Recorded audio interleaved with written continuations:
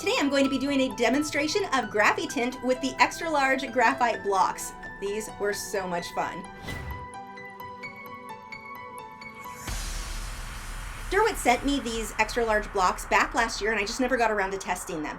They had told me that they were similar to the Inktense blocks to the Inktense pencils. That's kind of what the graphite blocks are to the Graphitint pencils.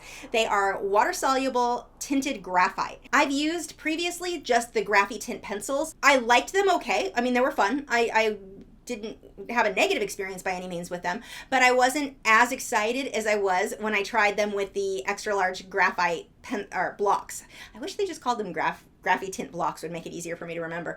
But they, oh my gosh, this combination is a must for me. I will not personally want to really use the Graphitint on its own because I loved using the block to get the base. It went down fast, and I'll show you, you'll see that in the video. So, well, I'll skip over that instead of rambling about it just yet. If you are supporters over on Patreon, make sure to head over where I have the 1.5 hour version of this tutorial available for you now. If you are unfamiliar with Patreon, for as little as $4 a month, you get access to each of my new 1 to 2 hour, sometimes 3 hours, I've had some long ones lately, long tutorials every single week, along with over 150 of my past videos. If you want to see what other tutorials I already have available that you would get instant access to, I have a link in the video description to my video library. That link will also give you access to my free Margay, it's a 2 hour long, I believe, Patreon video. I've made that available for everybody, so even if you don't want to sign up, you do get that one for free over there. Now this portion was from the live stream, so you can watch this in real time if you want. But what I did, I took a brush with water. This is a Taklon bristled filbert, and I just washed water over the entire background. My hippo is drawn out with a water-soluble graphite pencil so that I don't have graphite lines showing through on my end painting. And once I had the water on that background, I went ahead and used the Graphitint block. I keep saying Graphitint. The extra large graphite blocks, which are essentially graphite or Graphitint blocks, but I'm going to mix water on that and just like I do with the Inktense blocks, I just get some water on the paintbrush and then add that on top of the block. I didn't even remove the block from the container that they come in. They come in this tin. And then I lift that color, just paint it directly onto my paper. By adding water first to the paper, this allowed for a very, very smooth blend from that brown into the green. Now, these are really interesting because unlike Inktense are permanent when dry. These are not. These will reactivate. So you can get really smooth blending. I think they're going to be perfect for portraits. I'm really looking forward to trying that because of the way that they can blend. Now, you are limited on colors. Both the Graphitint and the extra large graphite, these do not have a ton of colors. And that may be a good thing if you're just getting started with color. That may be very helpful for starting to test out color without getting overwhelmed by too many. A limited color palette is a very good way to get used to playing with colors. But in this case, what I'm going to focus on really, it's not in making the most accurate color I possibly can come up with. My focus is on my values. Are my darks dark enough, my lights light enough? So I can take this very limited color palette and make it look more realistic, or I can keep a very loose, sketchy feel. You've got a lot of freedom on whatever style you want to create with these. I think that you can go super realistic or a more kind of stylized, sketchy look. Now, as I make the water strokes here, the thing to really notice is that most of these strokes are long horizontal, short diagonal, long horizontal. So I'm making kind of a Z, but those horizontal lines are the very, very long ones. That diagonal needs to be really short. That is going to help me to keep the perspective of my water so it looks like it's moving back away from you and not just running up the side of the paper there. Now this here, I'm going back on top with more of the brown. I want to darken this up. So I'm adding pigment, but it is going to mix in a bit with what's behind it. So watch how easy this is to blend out, though. I can still get a really, really smooth look here as I continue to blend and add more water. More of those long horizontal, short diagonal brush strokes there for my water. Taking the hairdryer again, pulling everything back into shape where the water is starting to warp. So I'm both drying my paint, but I'm also getting that paper to dry back into the original shape. The newer Fabriano Artistico paper, it warps badly. I'm trying to get through this. I'm really probably going to end up switching over to Arches for the majority of water media that I'm going to be working in because they made a change with Fabriano. I know a lot of people have heard about this, especially in the watercolor communities. They changed it, and it's just not quite the same as it used to be. I was showing my airbrush from my live stream, which has nothing to do with this video. But the Fabriano paper did change, and it's still okay for colored pencil, but I'm not loving it when I add water to things. It just doesn't hold its shape like it used to. So I'm just kind of using that up at this point. But while I am using the Fabriano for this one, I definitely recommend the arches if you're able to get a hold of that. And I like the hot press watercolor paper with the arches. So now I'm starting to go through, I'm adding some of these darks and just getting in some of the details, some of the wrinkles around the hippo's eye. Now, one of the things, a big difference in how I would approach this, if I was going to do this same hippo with Inktense, I might line everything out with one of my really dark colors, let it dry, and then glaze the color over it, tint the color. All of this detail would remain. But in this case, I've got to be careful because this is all going to reactivate when I put other color on top of it. You can glaze to an extent. If you use a really soft brush and you're not adding a lot of pressure and working the brush back and forth, you can tint the color and layer and glaze that way like you would with a watercolor without lifting. But in the way that I'm working here and how I typically like to glaze, I usually am going to put a few more brush strokes than that. So I've definitely got to be careful because I am going to be lifting some of this as I work. More bits from the live stream there that had nothing to do with this video. So I'm using my pencils and I'm shading in. I'm using some of the colors that are not in the extra large graphite blocks. Showing how I got my masking fluid off on that rubber cement eraser, which is amazing. I talk about that in the last Inktense video too, with the clownfish. So now I'm using, they have these really beautiful deep like plum purple type colors in the Graphitint pencils. Oh, those are nice. And so I'm using a lot of that. Again, I'm not going for super realistic colors here. You are limited by the colors in this set. But if I can get my values right, I'm still going to be able to be fairly realistic, even though I am changing the colors completely from what the reference photo was. On the reference photo, he was more browns and grays. Here, I'm going more purples and blues. And browns. So I've got that base on the ear. Now this was a really good area. You can see the back of the hippo. Right now there is a sharp line or a heavy, like almost outline between the hippo's back and the background. Watch how as I build this, I'm going to be able to work that out. So even though that was technically an accident on my part, it is not what I wanted. I wanted a really soft transition there. I'm going to be able to just take a brush with water and work back over that area and I can soften that out completely. So it's very forgiving, which I am a fan of because I'm also a big fan of the eraser. You can erase this, speaking of erasers, this can be erased a little bit. It erases more than like the water-soluble graphite pencils, normal graphite pencils that I've used. But it doesn't erase completely like straight graphite would. You can lift it some if you needed to, by using that eraser. But honestly, just because of the way that this lifts, I find it's easier just to lift areas you want to lighten up with water and a clean brush. Or you could even use like a Q-tip, or I think they're called cotton swabs outside of the US. The white pencil of these showed up really well, so I was pretty happy with that. I thought I was going to end up having to switch over to my Inktense white to get white highlights where I wanted. I didn't. The white in the set did work really nicely. And where I'm adding that white, I'm adding highlights on top of the colors that are under it. It's not coming out straight white. What I'm doing is just lightening up that color a bit, so I don't have to push terribly hard. And you don't have to blend everything out with water. If you like how it looks just with the dry pencil, you can absolutely do that. Now with the extra large graphite blocks, I painted that on. I didn't apply it directly to the paper. Anytime you apply, whether it be the pencil or the block, same thing with the Inktense, or even with watercolor pencils, when you apply it directly to the paper, it doesn't always dissolve out all the way and you get a slightly more grainy, gritty look. Now this does dissolve out more so than what I found with Inktense blocks or Inktense pencils when applied directly to the paper, but I'm going to get an even smoother look and move through it a bit quicker if I apply it with a paintbrush separately. Now there I am using my Derwent water brush.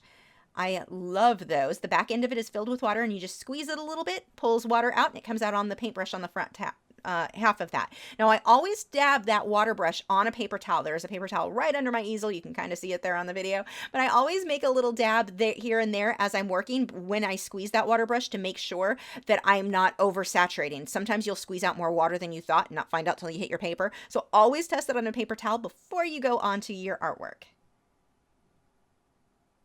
I'm working on the values and I'm using a lot of this purple here to really darken up my darks. I don't want to jump straight to the black. I'll save that for some of the darker areas. But see how this all blended out really smooth? And there I go, got rid of that line. All I had to do is take a wet paintbrush with nothing on it, and look at how nice that transition is now between the back right behind his ear up into the background, which is exactly what I wanted. Now he's got some little wrinkles in here, so I'm drawing that in with the brush. I'm not putting, or not the brush, the pencil. I'm not putting a ton of detail. I just want to get a little bit. I want that hint of texture. Using the white pencil here to lighten up some of the areas in between these wrinkles.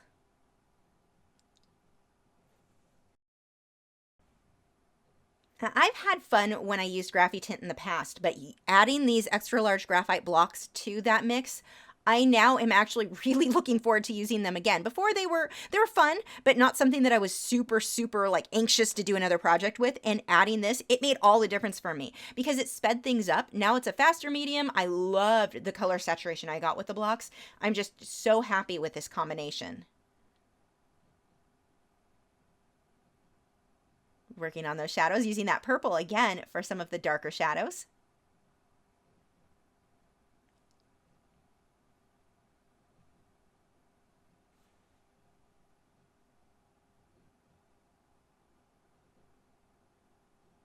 Pulling some of the lighter gray now, and I'm going to fade that down into the darker portions of his face. Again, because all of these lines are done with the water-soluble graphite, those are all going to be blended out. I'm not going to have any harsh pencil lines there. Now, if you wanted your pencil lines to stay, if you did not want them to blend out, then use a regular graphite pencil. And regular graphite will blend out a little bit, or it'll lighten some with water, but not a ton. Whereas a water-soluble graphite pencil will blend out completely, and you will have no graphite lines showing at all.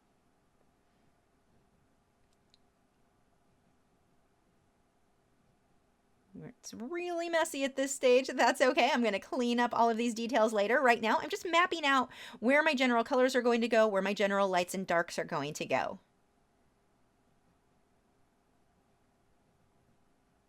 So I've got a slightly darker gray here. And if you want your colors to be even lighter, add more water. If you want them darker, make it more concentrated, less water. And you can use a palette to mix the colors. I didn't. I was just taking the paintbrush and adding water and just rubbing that back and forth across the block directly in the packaging that it comes in.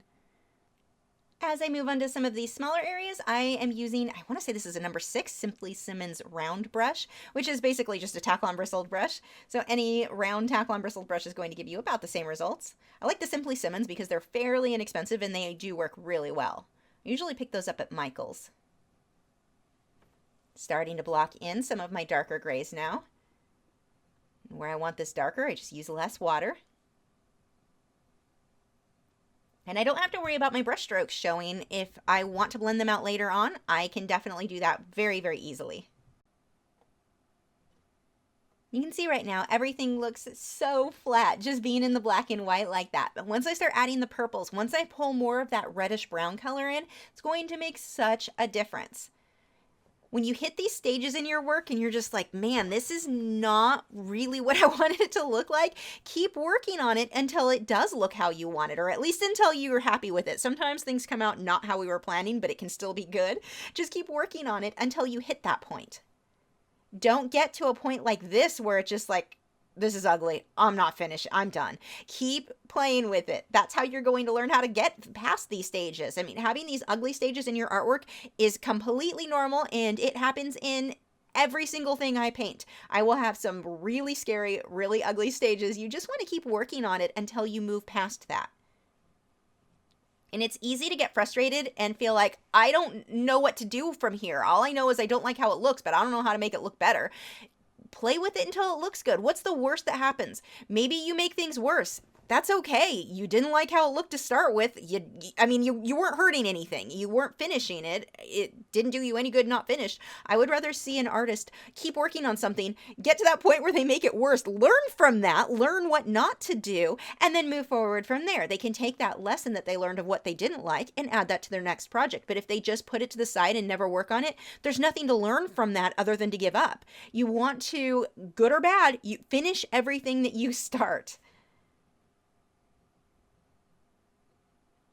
But definitely don't let these ugly stages scare you, because you can see from the finished painting, you're just going to keep layering until you work through that. Now I'm starting to get to the fun stage. Look at how this will transform as I come back through with the pencils and start cleaning up details.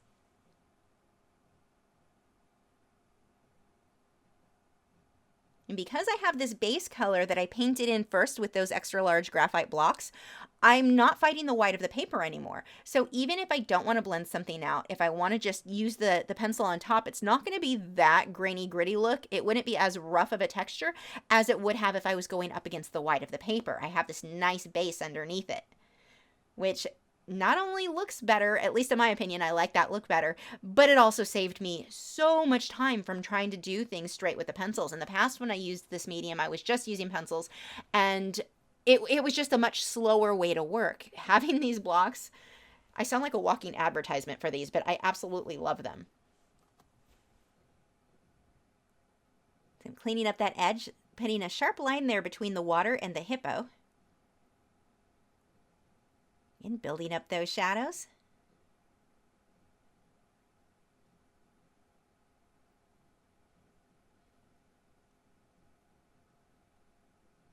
Most of these shadows are still being done with that purple color. If I jump straight into black, not only, I mean, I just think it would be too dark there anyway, but it's also going to have a bit more of a flat look. By using the purple, I'm able to get a lot more depth and make him look a lot shinier than just black and white. What happens a lot of times if you're just using black and white for getting your highlights and your shadows on a gray animal, or even let's say you're painting a black dog, same thing. If you're only using black and white for your shadows and highlights, you end up making the animal look either dusty or older. You age them by having those gray highlights. So if you can include more purples and blues into that subject, that is going to help make that fur, in the case of a dog or in the case of the hippo, make his skin look much, much shinier than it would otherwise if I stuck with grays. Same thing if you're painting or drawing portraits with people. If you've got somebody with very, very dark or straight black hair, don't just use white for your highlights. It ages them. It makes it now look like they have gray hair. Add instead blue for your highlights or purple for your highlights. Black is going to reflect anything that's around it, or I mean, even really gray and white will reflect a lot of what's around it too. So use some of the colors that you have in your background for some of those highlights. That's going to give you a much glossier, shiny look than you would just by sticking with grays and whites, which would look dusty, dirty, or just simply gray. Look how if you back the video up, you saw how rough all of these brush strokes were on his face. Look how smooth they are now. This is the thing that I am loving about these, how easy it is to rework an area and really smooth out those brush strokes. You can leave them rough if you want, but I mean, you have wow, that didn't come out right at all. That ability to come back through and smooth all of this out. And this is exactly why I think portraits are going to be fun with this.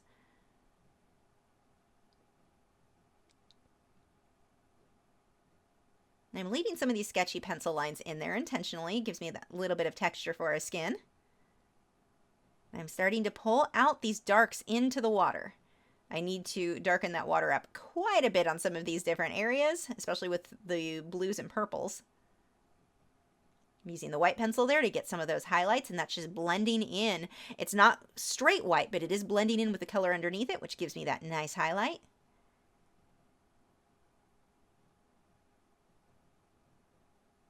And you can use the water brush like what I'm using here, which I love, or you can use your regular paint brushes. You don't have to use one or the other. It's going to work with whatever you've got.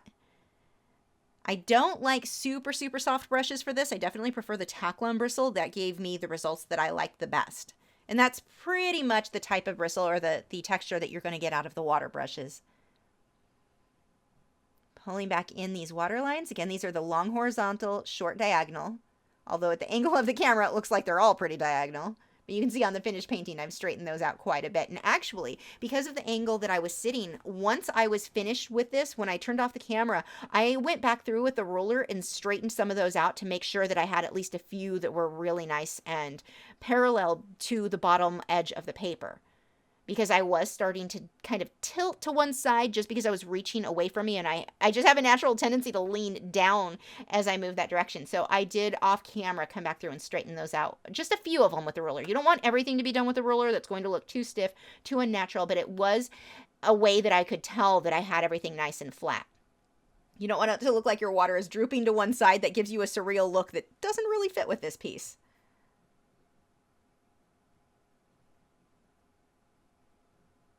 And I kept most of the detail in the water, the sharper edges and the sharper lines up in the foreground, closer to the viewer. As you move back away into that background, see how they just kind of fade out? I don't want a lot of sharp detail there. It's going to look better if I just let it fade versus trying to put a straight, heavy, harsh line, which would kind of draw attention away from the hippo. Not the look I was going for.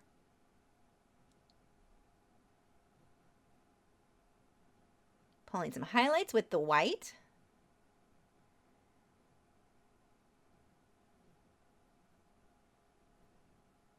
And this is, I want to say, the fourth, I think this was the third project that I did with the Graphitint. And the difference between my first experience to the second and then the third, I mean, you really do pick it up very quickly.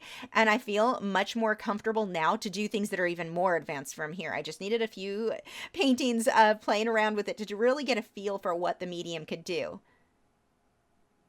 So I think next time I'm going to try for even more detail, just to kind of push it a little further. Not that realism is always going to be your end goal, but I just like to see what the medium can do.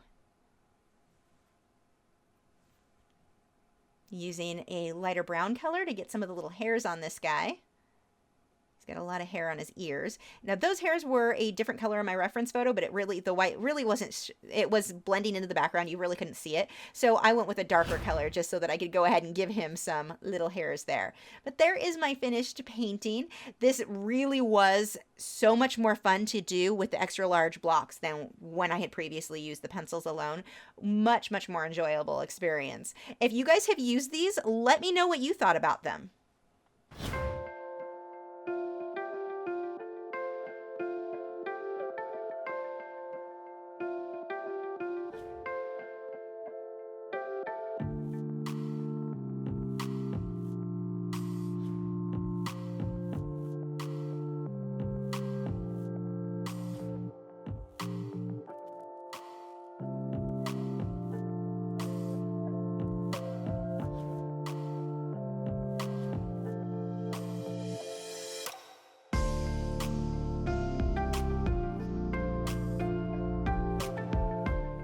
Have you subscribed yet? If not, I have a handy button right there. It's round.